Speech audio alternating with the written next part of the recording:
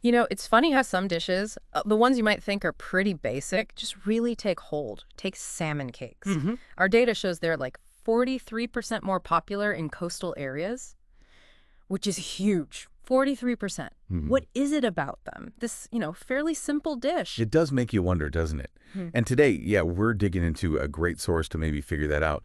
We've got this salmon quake recipe from Luxe Recipe, Okay. and it's detailed. I mean, 20 steps. Yeah. But it promises something quick, tasty, seafood-based, Yeah. using, pantry staples mostly. Right. So this isn't just like reading a recipe out. We want to get underneath it, understand what makes a good salmon cake actually work, what makes it enjoyable. Exactly. Think of it as, well, a shortcut to knowing why things work in the kitchen. Hmm. Okay, so let's break it down. If you want that perfect salmon cake, what are the non-negotiables? Well, fundamentally, you're after that contrast, right? Flaky, moist salmon inside, Mm-hmm. and then this really crispy golden crust on the outside.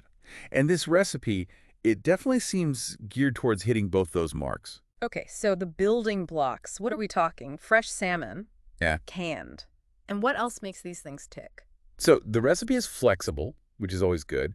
You can use fresh salmon fillet, about a pound, poach it gently, flake it up, Okay. or, and this is key for convenience, a can of salmon, like a 14, 15-ounce can. Yeah, Drained really well. They do suggest wild caught if you go canned. better flavor usually. Yeah, generally a richer taste, maybe better texture.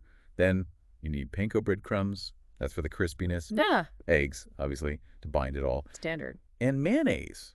That's maybe the slightly surprising one. Adds moisture, a bit of richness too. It's interesting how these like everyday things come together. Mayonnaise. Yeah. Yeah, okay. I can see some people raising an eyebrow there. What's the logic? Is it just fat content or?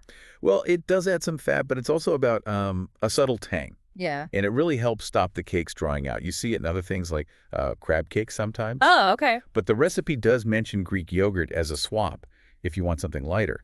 And it's not just those bits they talk about aromatics. Ah, yes. The flavor bombs. What are we using here? Finely diced red bell pepper celery and green onions. And what's nice is they explain why. It's not just filler, it's for freshness and a bit of crunch. Yeah, that textural contrast again. Exactly. It makes you appreciate those little details, Mhm. why those particular veggies. Definitely. Okay, so you've mixed it all up.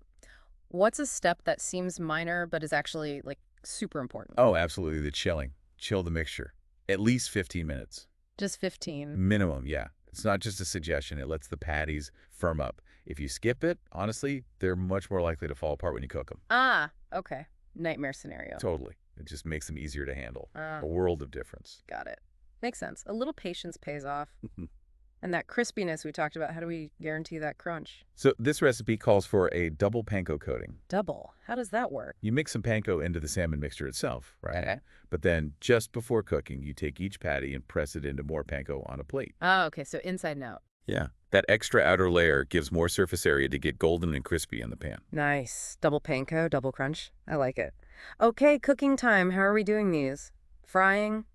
Baking? This recipe goes for pan frying, olive oil, medium heat. Not too high then. No, exactly. Yeah. They give good visual cues. The oil should shimmer, but definitely not smoke.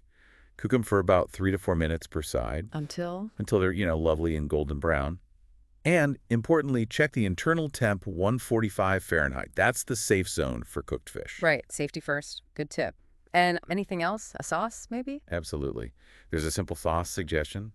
Mayonnaise again, lemon juice, some finely chopped capers, and a bit of fresh dill. Oh, that sounds good.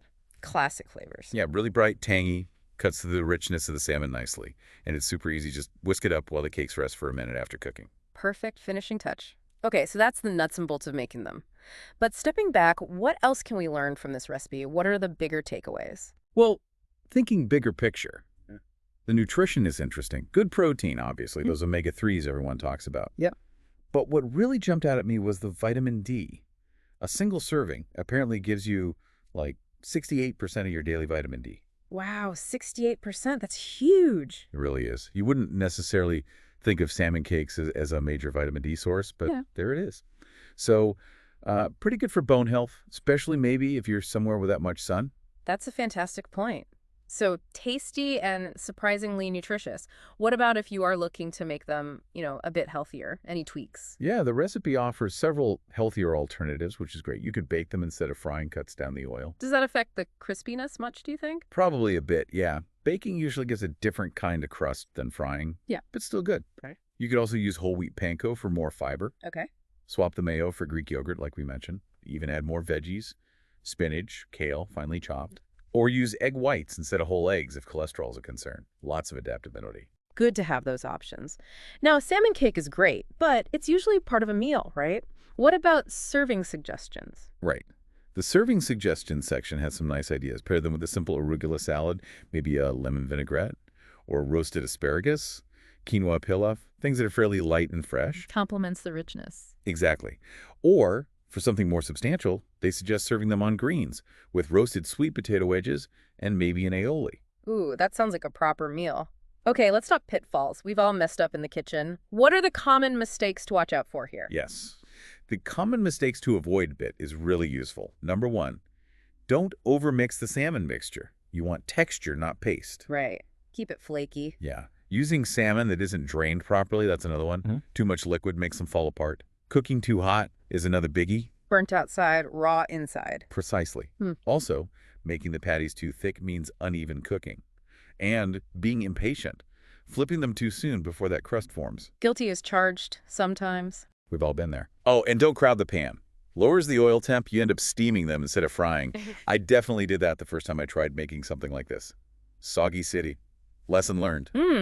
Yeah, good tips, like a built-in troubleshooting guide. What about leftovers or making ahead? Yep, storing tips. Cooked cakes last up to 3 days in the fridge. Airtight container.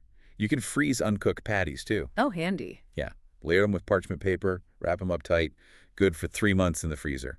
Just thaw overnight in the fridge before you cook them. And reheating cooked ones? They suggest the oven, actually. Helps keep them from getting soggy, maintain some crispness. Smart. Okay, quick fire questions, FAQs people might have. Sure, big one. Canned salmon okay instead of fresh? Answer, yes. Definitely. Convenient. Just aim for wild caught if you can. Good reminder. Another one. How to stop them falling apart. It loops back to what we said. Good binding. Eggs, breadcrumbs. Definitely chilling them. Being gentle when you cook and flip. Let that crust form. It all ties together. Okay, so this isn't just theory. Someone actually made these. What did they think? Yeah, there's a comment from a reader, Gretchen. She said it was, quote, easy and flavorful, crispy outside, and tender inside. And she added, a great way to use leftover salmon without it tasting leftover. Oh, that's a key point. Making leftovers exciting again. That's high praise. It really is. Yeah. Shows the recipe delivers on its promises in a real kitchen. Definitely. And if this gets you inspired to try other things, does the source point anywhere else? It does.